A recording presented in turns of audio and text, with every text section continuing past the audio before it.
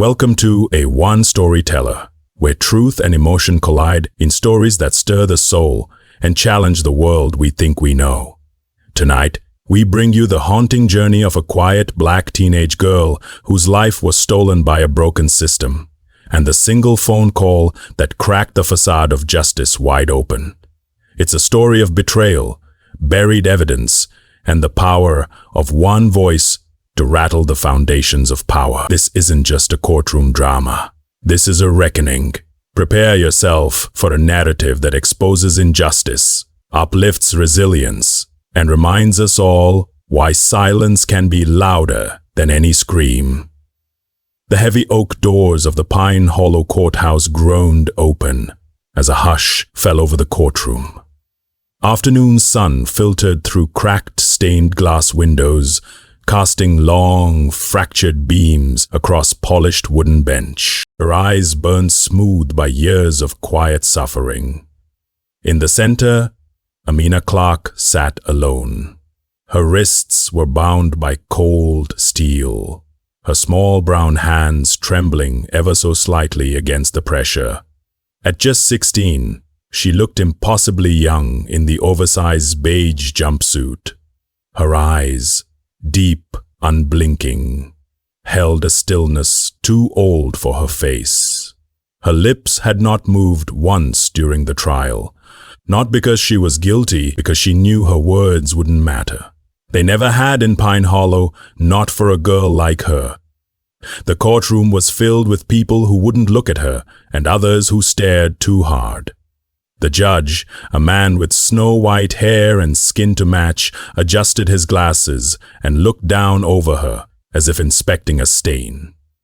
"Life without parole," he declared, with the inflection of someone ordering coffee, not ending a life.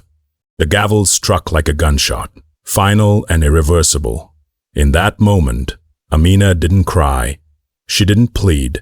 She simply blinked once, slowly, and looked toward the back of the courtroom, hoping, desperately, for a familiar face. There was none. Only silence. The kind of silence that echoes in the marrow, the kind that smothers innocence in plain view. Pine Hollow had always been a town that hid its cruelty beneath white picket fences and Sunday sermons. Justice was not blind here. It was weaponized, its eyes wide open and watching. Amina had been picked up 2 days after the murder of Samuel Richter, a beloved white shopkeeper found shot behind his register. There was no DNA, no fingerprints, no motive. Just a security camera with a blurred silhouette in a hoodie and a vague eyewitness statement from someone with ties to the sheriff's department. It didn't matter that Amina had been at school during the time of the murder or that her teachers had tried to speak on her behalf. Their calls went unanswered. Her court-appointed attorney showed up late on the first day of trial, reeking of stale whiskey and defeat. He called no witnesses. He barely looked at her.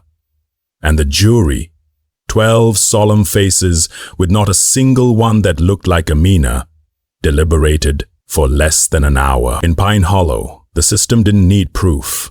It only needed a scapegoat. And a quiet black girl from the East Side, already orphaned and barely surviving, was easy to disappear. The injustice was not a single moment, but a series of small betrayals, layered like dust over generations. And Amina, wide-eyed and voiceless, became just another name buried beneath it. Marlene. Clarke hadn't slept a full night in over a year. Her nights were restless, filled with half-remembered dreams and whispered prayers. Every morning she awoke with a knot in her chest and the same photograph by her bedside. Amina, beaming on her 15th birthday, her eyes still unburdened by betrayal. Marlene had raised the girl since she was 3. After a car crash took her baby sister and brother-in-law, Amina had been quiet even then, always preferring her sketchpad to noisy games. But beneath that quiet, Marlene knew there was steel.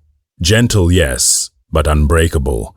That was why it haunted her so deeply now. The thought of Amina sitting in some cell, her voice swallowed by a world designed to forget her, was a slow, daily death for Marlene. Stacks of papers lined the kitchen table. Court transcripts, newspaper clippings, old photos, letters she'd sent to lawyers who never replied. The words blurred together. Words like delinquent, uncooperative, aggressive, all used to describe a child who barely spoke above a whisper. Marlene would trace her fingers across the lines in the court transcript, reading aloud Amina's name again and again, as if saying it enough might pull her back from the void. She remembered the night Amina was arrested, like it had happened 5 minutes ago. The officers came to the house just before dawn, flashing their lights like it was a raid. No explanations, no answers. Amina had been asleep on the living room couch, curled up in one of Marlena's old cardigans. Marlena demanded a warrant. They pushed past her. Amina didn't resist. She looked up, confused and blinking, as they cuffed her in front of the television. Still playing cartoons. They called her a suspect before they even asked a question. No one came to explain. No one called afterward. The next time Marlene saw her niece, it was through thick glass, her face pale and her eyes empty. For weeks, Marlene tried to fight. She marched to the courthouse every day, filed complaint after complaint, called legal aid groups that never called back. The trial came and went in a blur. Her voice cracked in the gallery as she tried to object, but they ushered her out like a child interrupting grown-up business. After the sentencing, she'd driven home in a haze, pulled into the driveway, and sat in the car until sunrise. For months afterward, she told herself maybe she'd failed her niece, that maybe she hadn't protected her enough, that maybe the system really had taken her for good. But grief was only one layer beneath something hotter, older, and deeper. Rage.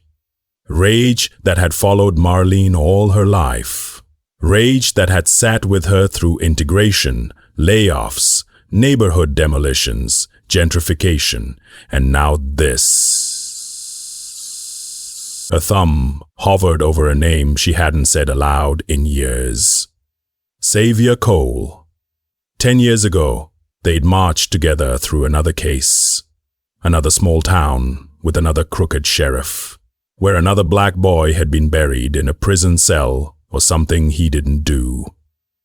Back then, Xavier had been relentless. Camera in one hand, pen in the other, dragging truth out of shadows. But he'd vanished after that, burned out. Of death threats, some said he went to teach. Others said he'd just had enough. Still, Marlene knew. If anyone could see the story behind the silence, it was him. She pressed the call button. 1 ring. 2, 3. Voicemail. She nearly hung up, but the anger wouldn't let her. When the tone sounded, her voice came through raw, stripped of any pretense. Xavier, it's Marlene. You said back then if I ever called again, it had to be real. Well, it is. They gave my niece life. Amina. She's just a baby. They buried her ex, and I've got the files. I've got the papers. Come see for yourself. I don't care what you're doing. You owe me this. She hung up and sank back into her chair, heart thundering. For the first time in months, she didn't cry. She waited. 3 days later, a dusty sedan pulled into her driveway just past midnight. The headlights flicked once before switching off. Marlene opened the door before he knocked. Xavier had aged. His hair, once thick and dark, was streaked with gray. His eyes were bloodshot but focused. He didn't smile. Neither did she. She just handed him the box. They sat in silence for hours, thumbing through paper after paper. Police reports that contradicted witness statements, a timeline that didn't make sense, forensics that hadn't even been performed. Her notes were meticulous. Marlene had always had a mind like a courtroom clerk, sharp and exhaustive. By dawn, Xavier rubbed his temples and exhaled. "She's not just a miscarriage of justice," he murmured. "She's the blueprint." He pulled out his recorder and pressed it to his lips. Subject: Amina Clarke, wrongfully convicted, 16. Sentenced to life without parole. Trial lasted less than 3 days. Defense called no witnesses. Alleged eyewitness has criminal ties to arresting officer. Pattern indicates systemic misconduct dating back at least 15 years. He didn't stop. Not for coffee. Not for sleep. For the next 2 days, he followed Marlene around town like a shadow, asking questions in his quiet, clipped voice. When people slammed doors, he took notes. When they whispered, he listened harder. Xavier started with the Public Records Office, combing through past convictions. Something stunk. Same judge, same prosecutor, dozens of cases with near-identical patterns. Something stunk. Same judge, same prosecutor, dozens of cases with near-identical patterns. Young black defendants, inadequate defense, flimsy evidence, life sentences, some without parole, some dead. He used a burner phone to reach out to old sources, paralegals, former cops, even a retired judge. From the Dodd, said Doctor, "You have proved that something the Kaiser did while he was president." Next county. When he mentioned Pine Hollow, the line always went quiet. One of them told him the name Richter carried weight. Samuel Richter, the murder victim, wasn't just a beloved store owner. He was a founding member of the town's elite society. Wealthy, well-connected. That connection explained the speed of Amina's trial. They needed someone to blame fast, and no one questioned who paid the price. 2 blocks from the courthouse, Xavier rented a room at the Pine Hollow Inn and nailed blackout curtains over the windows. He wrote through the nights, building timelines, printing photos, and tracking names. He created a wall of faces. Prosecutors, officers, judges, and in the center, the photograph of Amina from her school ID, barely older than a child. When he hit publish, it wasn't with fireworks, just a quiet post to his old blog. Amina Clarke, sentenced to life. Based on lies? The piece was 2,000 words, detailed, cold, relentless. He didn't beg for attention. He didn't need to. The story did the begging. Within 24 hours, the post hit 2,000 shares, then 20,000. Black journalists picked it up. Advocacy groups reposted it. Xavier followed up with another post. This one, even more damning. It included a side-by-side of Amina's class schedule and the timestamp from the blurry store camera.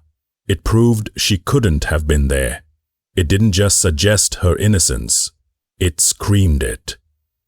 People started digging. A teacher from Amina's school who'd tried to testify reached out. Then another. Former Pine Hollow residents began sharing stories. Brothers, cousins, uncles who had disappeared into prison after short trials. And missing paperwork. The narrative snowballed. Not because it was loud, but because it was true. Then, one night, someone slid an envelope under Xavier's motel door. No note, just photos. Amina's case file, unedited. Crime scene images before the alleged weapon was found. In one frame, the register was clear. In the next, the weapon had appeared. Almost staged. It was the break Xavier hadn't dared hope for.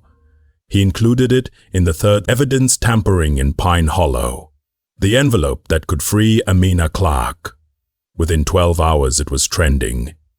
The deputy's hands shook as he watched the pale glow of the motel sign through the frosted glass.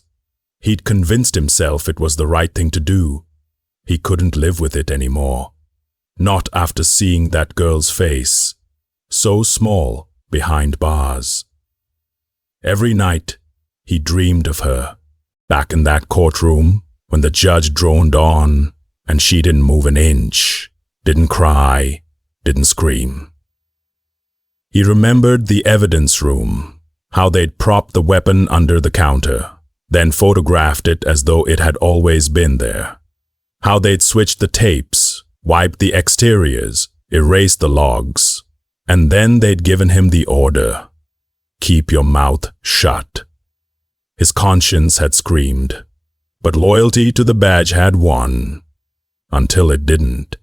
He hovered outside Xavier's door for what felt like an hour, the black envelope heavy in his coat pocket. Finally, he slipped it through the crack beneath the door. Inside, Xavier's lamp still burned, illuminating a desk scattered with printouts, photo stills, trial transcripts, social media pages where Free Amina overflowed with grief and rage. The deputy retreated into the night, shaking. He didn't wait for Xavier's discovery. He just disappeared, a ghost driven by guilt. Xavier found the envelope at dawn. He laid its contents across the motel table. The original crime scene images, pre-poisoned with scissors, evidence tagged fresh. In one, the weapon wasn't there. In the next, it was. The dates on the file folders didn't match. The deputy's handwriting in the attached note was shaky, but the message shouted, evidence was staged. The investigation was corrupt from the ground up. Xavier shut the door and sat at the desk, propping his head in his hands. He let the urgency come, pounding like a heartbeat. He turned on the recorder again, then started typing. A callous system had weaponized its power. A girl who'd never raised a fist was boxed in by lies. A symbol of innocence reduced to C. But the scales were tipping. The envelope's photos would soon prove that her conviction was built on sand, and breaking sand was easy when enough people nudged it. He drafted the next piece carefully. First, the images, clear, undeniable. Then, the timeline, Amina's school attendance records, the chain of custody logs, the mismatched timestamps. Then, the implications. If one case had been falsified, how many more? He included the hint of the deputy's bravery too, anonymous but real.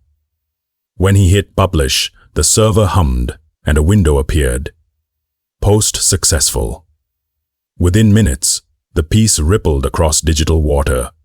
Exclusive, deputy brings evidence of staged crime scene in Amina Clarke case. It carried a tagline, "If this happened once, it could be happening every day in Pine Hollow." The story was circled, shared, dissected. Journalists flagged it, legal aid surfaced, advocates fled. The courtroom couldn't ignore it now. Protests erupted in front of the courthouse that afternoon. Voices, many voices, surged along cracked sidewalks. Chants cried for justice, for Amina. They carried her name through the heat, past the rows of picket signs, across every screen in town. Television crews arrived, then regional coverage, then the networks, and across it all, the judge and prosecutor watched, their power trembling. Meanwhile, behind bars, Amina read the news. She sat on her bunk with a tattered Bible in her lap. The paper had come through the slot that morning. She scanned the pages, headlines she almost didn't believe. Deputy, evidence staged, change coming. Her chest tightened. For the first time in months, her heartbeat felt less like a drum. It felt like a whisper of hope. Somewhere outside the prison walls, a child's letter arrived. A second grader from Detroit. She'd written in crayon, "Dear Amina, I saw your picture and want you to be free. You are brave." The words were crooked, The paper folded unevenly, but they broke something open in Amina. She folded the letter against her heart and looked at the ceiling. Feelings she didn't know had names stirred. Hope, relief, something like purpose. By late afternoon, the national press had picked up the story. Instead of shallow recaps, journalists dove in. Timelines, expert commentary, investigative panels. Legal scholars speculated about overturned verdicts and federal inquiries. Social media roared. The hashtag had become shorthand for wrongful conviction. Free Amina. Staged justice. In that surge, a respected civil rights attorney from Atlanta tweeted, "If these photos are true, it's bigger than Amina. It's systemic. I'm volunteering my services." The tweet went viral. Others followed. Law firms, public defenders, legal clinics. The current Attorney General in Washington acknowledged awareness, stating he was monitoring developments closely. The judge who'd issued the life sentence held his press conference in Pine Hollow. His voice sounded smaller than expected. He paused, uncomfortable in the glare of questions. "There is now credible evidence of mishandling," he admitted, "and I have referred the matter to state and federal investigators." For a moment, he looked like a man confronted by the abyss of his own integrity. The reporters leaned in. Cameras flashed. Justice was twitching. But it wasn't only about courts or lawyers. In the prison cell block, other inmates began to whisper. A gentle old man called back to Amina one morning, "You hear that? They're talking about your name. They're calling it right." And another, someone off death row, told her, "I've seen the newspapers. X and your aunt got the whole damn state watching now." She thought of Marlene, sitting in some loved one's house late at night, waiting for news on that crammed donor phone line. She could almost hear her aunt sigh when she read the words. Love, fatigue, triumph, all tangled together in silent prayer. Xavier was on the phone with legal teams now, pressing for appeals, injunctions, protective custody orders. He had traced the deputy to a safe location out of state. This deputy had been granted witness protection, relocation to Portland, living somewhere safe. A new piece from Xavier told his side. Cowardice turned conscience, and it included the deputy's admission. "I couldn't live with what I'd done." They took statements. They mined databases. Some said it would take months, maybe years. Others whispered, "Fast track." If the case was as broken as the evidence suggested, the system would have to move swiftly before protest drowned out justice entirely. And alongside them, the tide of public sentiment swelled. There were vigils, candlelight gatherings, with aching hymns sung softly through tear-streaked faces.